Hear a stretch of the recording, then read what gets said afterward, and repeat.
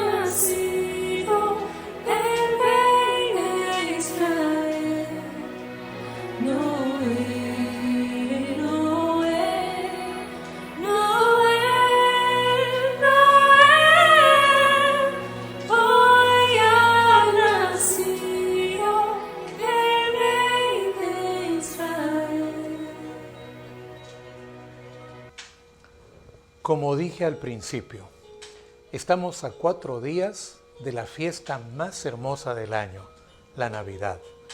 Pero esta vez, por segundo año consecutivo, tendremos que celebrar con restricciones. manteniendo la distancia con las prohibiciones que el gobierno ha hecho. Y todo porque se cierne sobre nuestras cabezas la amenaza de una tercera ola de contagios. Una amenaza que ha despertado una variedad de reacciones. Desde el temor que nos lleva a alejarnos, a quedarnos en casa, hasta la duda, la sospecha, la idea de complots, de teorías conspirativas, de medicinas alternativas y finalmente esta ola que se ha levantado defendiendo los derechos individuales frente a la obligación de ser vacunados. En este contexto se acerca la Navidad. Y si me preguntas, Pastor Miguel, ¿cuáles son las marcas de esta fiesta? ¿Cuáles son las marcas de la Navidad del 2021? Yo tengo una lista que he preparado. Para mí, en esta Navidad vamos a tener estrés, confusión, cansancio, violencia, frustración. Todo un cóctel de emociones negativas. Emociones que de alguna manera explican el nerviosismo, la impotencia que la gran mayoría de peruanos sienten. No sé si vieron las noticias, pero hace unos días atrás, Ipsos publicó una encuesta sobre la perspectiva de los peruanos con respecto al futuro. El resultado fue desalentador, porque resulta que el nivel de pesimismo que hoy tenemos es similar al que teníamos hace 30 años atrás en la época del terrorismo, cuando las bombas, los apagones provocaban en la gente la sensación de que íbamos de mal en peor. Esa idea de que vamos de mal en peor está presente el día de hoy. Subjetivamente, objetivamente, podemos discutirlo, pero es el sentimiento que la mayoría de peruanos tiene. Y frente a ese sentimiento tenemos que celebrar la Navidad. Y por eso, el día de hoy, quiero proponerles que miremos la Navidad desde otra perspectiva. Lo tradicional es que miremos la Navidad desde las versiones de Mateo, de Marcos o de Lucas. Les propongo que hoy miremos la Navidad desde los ojos de Juan. Porque los 4 evangelios, de una u otra manera, nos hablan del nacimiento de Jesús. Solo que los 3 primeros mencionan detalles. El lugar donde nació, cómo nació, quiénes estuvieron presentes y cosas así. Mientras que Juan omite los detalles y nos presenta el significado. Nos presenta en una frase corta y contundente lo que para él significó el nacimiento de Jesús. Así que vamos a Juan capítulo 1, versículo 10. Y allí encontraremos esta frase que algunos dicen es la frase más triste de toda la Biblia. Porque Juan escribió, a lo suyo vino y los suyos no le recibieron. A lo suyo vino y los suyos no le recibieron. Pastor Miguel, ¿esta es una frase navideña? Sí, lo es. Solo que tenemos que reconocer que la primera Navidad fue muy distinta a la nuestra. Para nosotros, la Navidad es sinónimo de armonía, fiesta, comida, regalos, saludos, fraternidad. En cambio, la primera Navidad estuvo marcada por la soledad, por la pobreza, por el rechazo. Lucas, aún en los detalles que cuenta, nos deja entrever la pobreza, el rechazo y el abandono en que Jesús nació. Déjame leer, por favor. Y sucedió que mientras estaba en Belén, le llegó a María el tiempo de dar a luz. Y allí nació su hijo primogénito. y lo envolvió en pañales y lo acostó en el establo porque no había alojamiento para él en el mesón. Hay que reconocerlo. El nacimiento de Jesús, la vida de Jesús, la muerte de Jesús, estuvo signada por la pobreza, el abandono y el rechazo. Pero fue precisamente eso el precio que tuvo que pagar para convertirse en el único mediador entre Dios y los hombres, para convertirse, en sus propias palabras, en el único camino vivo y verdadero que nos lleva a Dios. Así que hay diversas maneras de mirar la Navidad. Miremosla desde los ojos de Juan. Y he leído ya una frasecita, pero la versión de Juan abarca 3 versículos. Juan 1, 10, 11 y 12. Déjame leerte el pasaje. Dice, en el mundo estaba, y el mundo por él fue hecho, pero el mundo no le conoció. A lo suyo vino, y los suyos no lo recibieron. Mas a todos los que le recibieron, a los que creen en su nombre, les dio potestad de ser hechos hijos de Dios. Este pasaje nos muestra 3 detalles a resaltar. El primer detalle, Juan dice que Jesús vino. Y la manera como lo dice significa que no vino de forma mística, etérea, sublime, espiritual, no. Significa que Jesús vino de manera concreta, que su venida fue real, objetiva, histórica, que ocurrió en un momento y en un lugar en la historia de la humanidad. Sí, Jesús nació. Y aunque no tenemos certeza de la fecha exacta en que ocurrió, porque valgan verdades, el 25 de diciembre es una fecha que la cristiandad tomó de forma convencional, porque había que celebrar un día del nacimiento de Jesús, pero no significa que fue ese día. Jesús vino, Jesús nació, y la evidencia de su venida es que la historia humana está partida en antes y después de Cristo. Quiero que pienses, Jesús vino, nació, vivió, sufrió, murió. Y esa vida de Jesús nos da esperanza de que Jesús vendrá por segunda vez.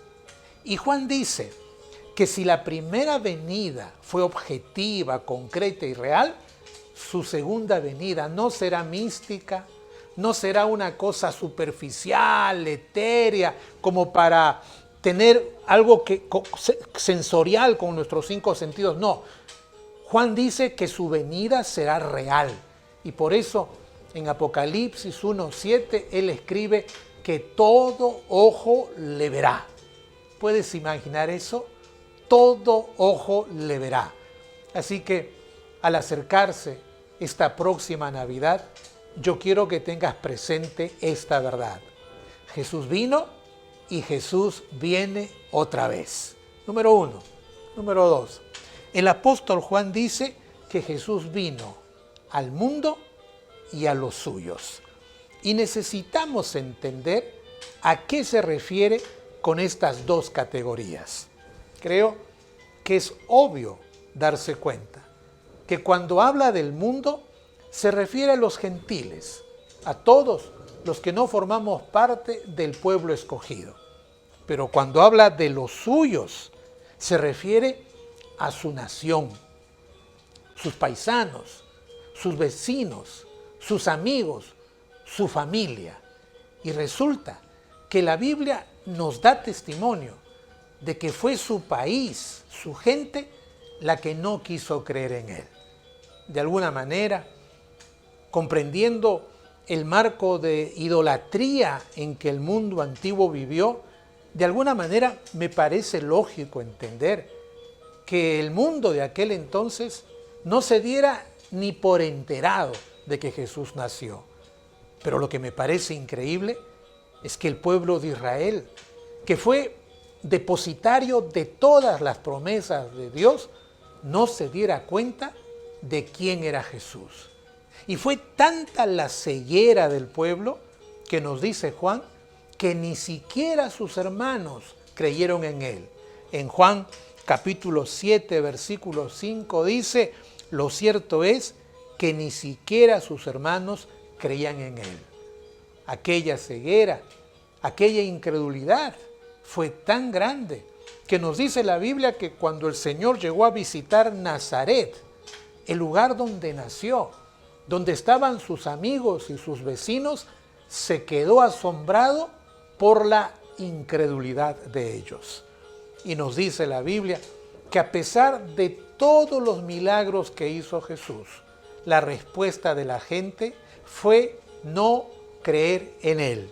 Juan dice, a pesar de que Jesús había hecho grandes señales milagrosas delante de él, no quisieron creer. Así que Jesús vino al mundo y a los suyos, pero lamentablemente el mundo y los suyos, número 3, lo rechazaron.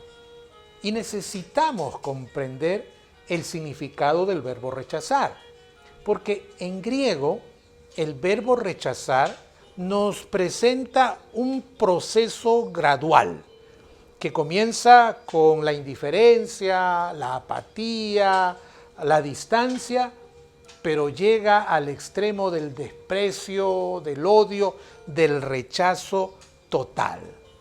Y hermanos queridos, algunos se mostraron indiferentes, apáticos, otros se hicieron enemigos de Cristo, pero en términos generales tenemos que aceptar que la humanidad entera en algún grado rechazó a Jesús. Y esa es la segunda verdad que necesitamos tener presente ahora que estamos a punto de celebrar esta fiesta. La primera verdad, Jesús vino y vendrá. La segunda verdad, todos rechazaron a Jesús. Pero, ¿qué significa que todos rechazaron a Jesús? ¿Qué tiene que ver eso con nosotros? Porque nosotros estamos en la categoría que no he mencionado, mas a todos los que recibieron, a los que creen en su nombre, les dio potestad de ser hechos hijos de Dios. Así que, ¿qué tiene que ver esto con nosotros? Quizá tengas que recordar que a Juan le gustaba escribir de manera simbólica, de que sus escritos generalmente tienen 2 o 3 mensajes que corren en paralelo. Hemos interpretado el pasaje de forma literal, pero ¿y qué tal si aquí hay una alegoría? ¿Qué tal si el mundo representa a todos los que se definen a sí mismos como incrédulos, a los que no creen, a los que dicen yo no soy cristiano? ¿Y qué tal que los suyos representan a hombres y mujeres que se definen a sí mismos como creyentes, como personas que creen en Jesús? Y en ese caso, podría ser que los incrédulos y los creyentes de alguna manera estén rechazando a Jesús el día de hoy. Esa es una pregunta complicada y la voy a repetir en cámara lenta. Hoy, 2021, ¿será posible que incrédulos y creyentes, sin ponerle ninguna carga de calificación, solo describiendo, será posible que incrédulos y creyentes estén rechazando a Jesús el día de hoy? Bueno, solo tenemos que mirar lo que los medios de prensa, los programas educativos, los líderes de opinión promueven. Promueven los antivalores de la fe cristiana. Resulta que hoy los valores de la fe cristiana son arrinconados, calificados como anticuados, como pasados de moda, y entonces la libertad con responsabilidad que Jesús propuso se convierte en libertad sin límites. El gozo con obediencia que Jesús enseñó se convierte en placer sin restricciones. Y el bienestar de todos, el vivir para los demás, se convierte en un vivir para ti mismo, para sentirte bien, para triunfar y tener éxito. Así que no necesito convencerlos. El mundo de hoy está rechazando a Jesucristo. Pero, ¿qué podríamos decir de la iglesia? ¿Será que la iglesia está rechazando a Jesús? Esta es una pregunta muy difícil. Una pregunta que puede generar incomodidad en algunos de ustedes. Así que yo no quiero responder sí o no, pero quiero ofrecer algunas consideraciones para que tú respondas en tu lugar. La pregunta, ¿será que la iglesia, será que los creyentes, será que yo, será que tú estás rechazando a Cristo? Para responder a esa pregunta necesitamos recordar que el rechazo es gradual, que el rechazo no siempre significa desprecio y odio. Muchas veces significa apatía, indiferencia, superficialidad. Apatía, indiferencia y superficialidad. 3 condiciones que me obligan a preguntarte, con respeto y con cariño. ¿Eres apático, indiferente, superficial en tu relación con Dios? Yo sé que no quieres responder. Sé que prefieres evadir la pregunta. Así que mientras evades la pregunta, déjame recordarte que para Juan hay 3 opciones para los cristianos. Se puede ser caliente, se puede ser frío o se puede ser tibio. Solo que en el argot de Juan, la tibieza es sinónimo de apatía, de superficialidad, de indiferencia. Recuerda el mensaje del apóstol.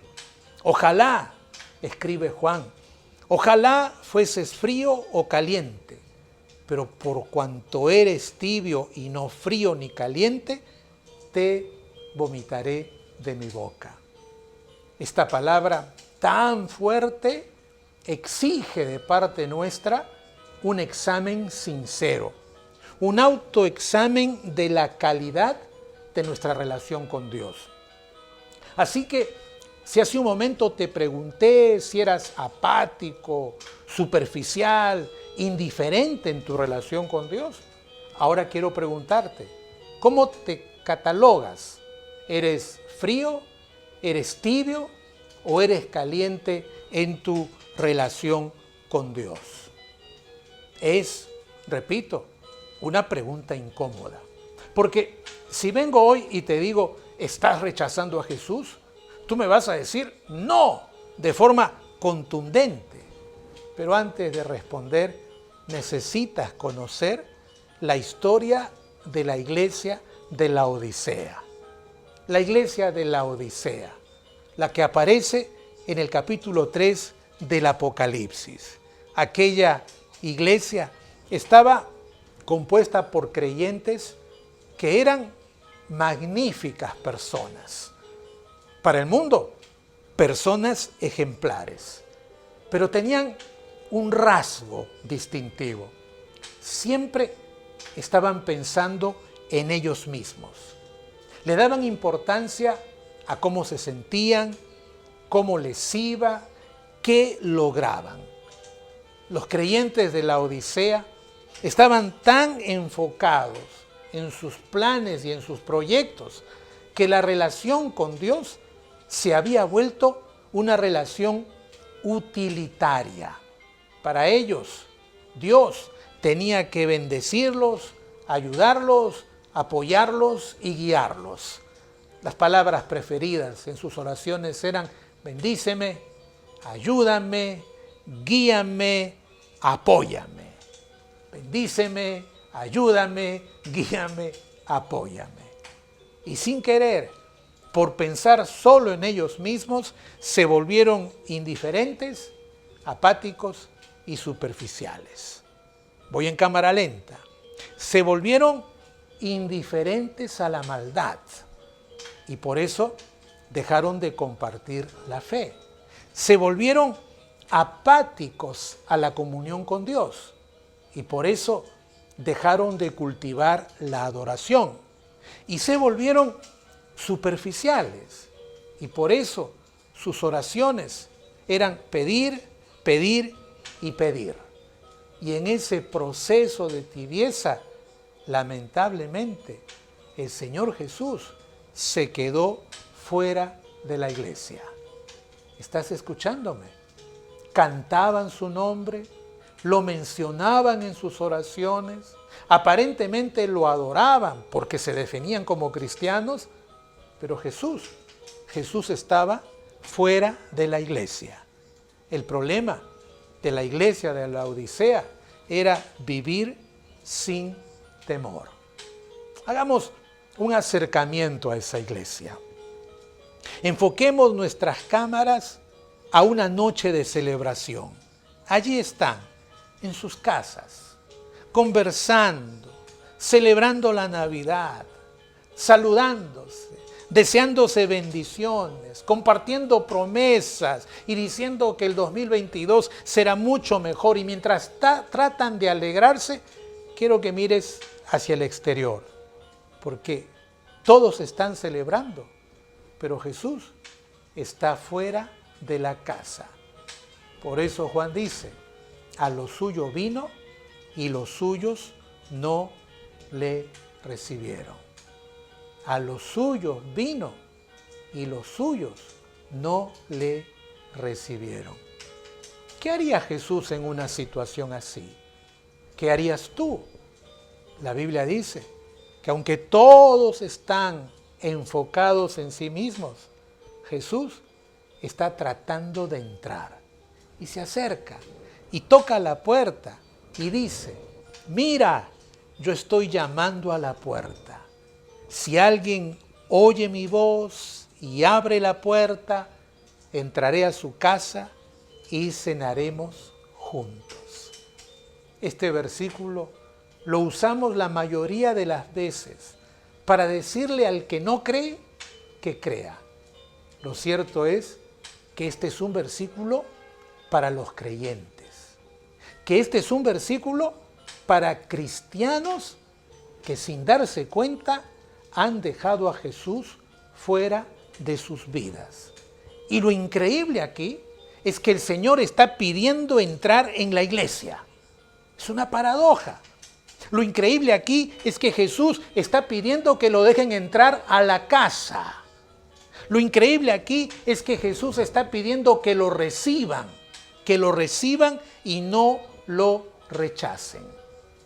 Esto nos tiene que llevar a pensar, nos tiene que llevar a considerar que cada una de estas declaraciones son para nosotros. Claro, nosotros somos los que en un momento determinado de nuestra vida tomamos la decisión de aceptar a Cristo como Señor y Salvador personal. Un día en nuestra vida que tal vez recuerdas, hiciste una oración y le dijiste, Señor, te doy la bienvenida a mi vida.